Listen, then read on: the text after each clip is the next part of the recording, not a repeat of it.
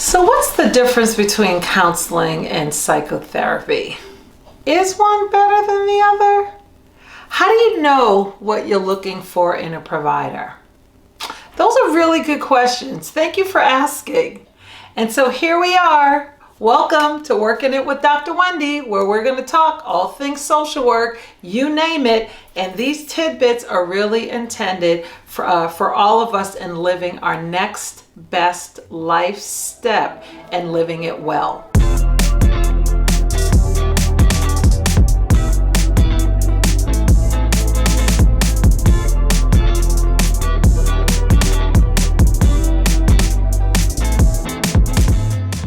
So welcome back. So we're going to talk about counseling and therapy. What's the difference? Well, with counseling, there are a variety of different kinds of counseling. I mean, the terms are often used interchangeably. Oh, I got a counselor. Oh, I'm going to therapy, y'all. I'm going to go see my therapist. And that's great. I mean, they can be used interchangeably, but they do have slightly different meanings and even benefits. So like even to just say a counselor, you can have a financial counselor, a career counselor, a substance use counselor versus therapy. So even just saying therapy, you can have an occupational therapist, a speech therapist, a group therapist. Psychotherapist really speaks to psychological therapy. So someone who's trained in doing more in-depth work in talking through the hard stuff in life or that we've experienced. And as y'all will get to hear from me, it's not just when life is hard that you go and see a counselor or a therapist, and I'm going to say a therapist, but really when things are going well, because you want to know, okay, what am I doing and what can I keep doing to help me in living well and taking my best next life step. So, counseling can be really helpful. Counseling can often tends to focus on taking steps that are about changing behavior. So, let's say you want to stop a particular behavior that you don't like doing anymore. Maybe you bite your fingernails, or maybe you smoke cigarettes, or whatever that behavior is that, I don't want to do this anymore. You might use and engage a counselor that is more time limited, focused on a very particular action, implement steps that help to change that behavior, and usually within a particular time frame, be it 8 weeks, 12 weeks, even 16 weeks, you might see a change in that behavior. Now, for me, I focus more on therapy or psychotherapy because therapy is about getting to the root of it. What leads to biting your nails? What might lead to smoking more cigarettes than you want to be smoking? Well, psychotherapy is about getting to the root of it. What's provoking this? Where is this coming from? What got provoked? What's, trigger? I know it's a word we use a lot, but it's an important word because there's something that got kind of activated in our thoughts, our emotions that now influence our behavior. So there's a story that I usually will tell that helps to illustrate the difference between counseling and therapy. And it's about a scar. So imagine, you went for a walk one day, you fell, bumped up your knee. Yeah, this has happened to me, y'all. Sometimes I don't know how my feet get in the way of each other, but they do. But I fell, scabbed up my knee. And on the outside, it started, scabbing over, but I wasn't really taking care of it. Like, I put a little peroxide on it, I slapped the Band-Aid on it, but it wasn't getting better. But I kept trying to just focus on it on the outside until it got to the point where even though I was doing these behavioral things, I maybe put a little Neosporin on it, or put a Band-Aid on it, it wasn't getting better.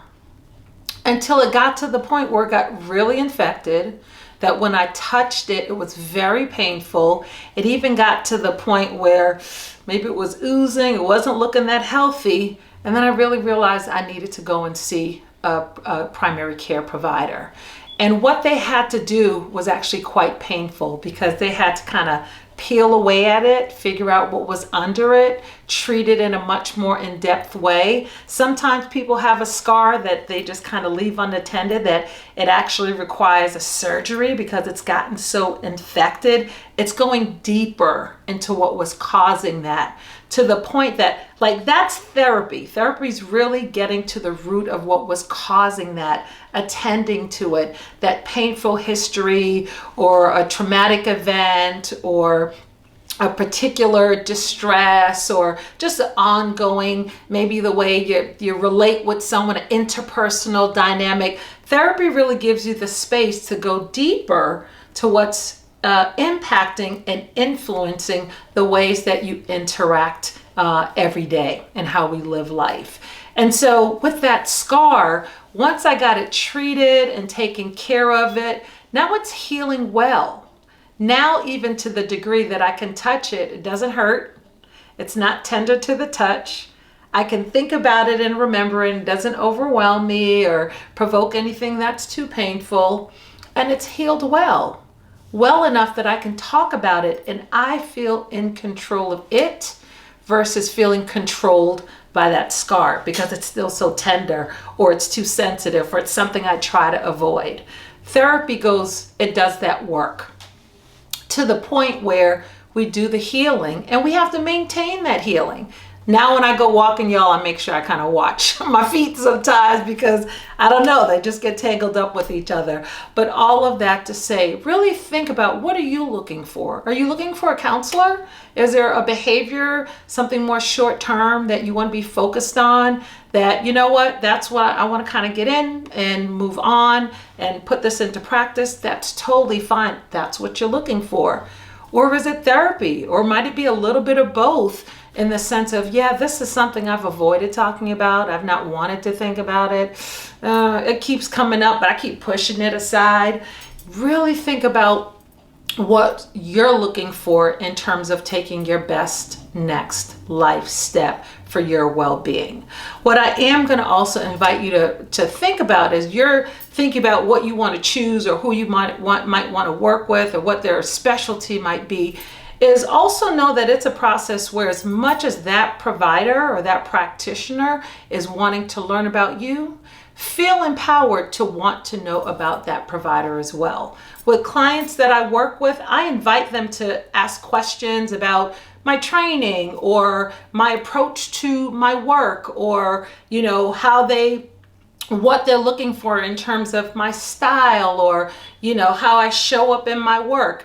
Listen, I just try to be real, y'all. I'm just trying to be myself and really, you know, connect with people in an authentic way. I'm a human being. I'm not perfect. I'm not trying to be perfect. What I am trying to be is authentic and be real. And again, really privilege the opportunity that different people allow me in terms of being a part of their life journey. So again, I want to encourage you to really think about what you're looking for, what would fit for you, and what's really going to help you.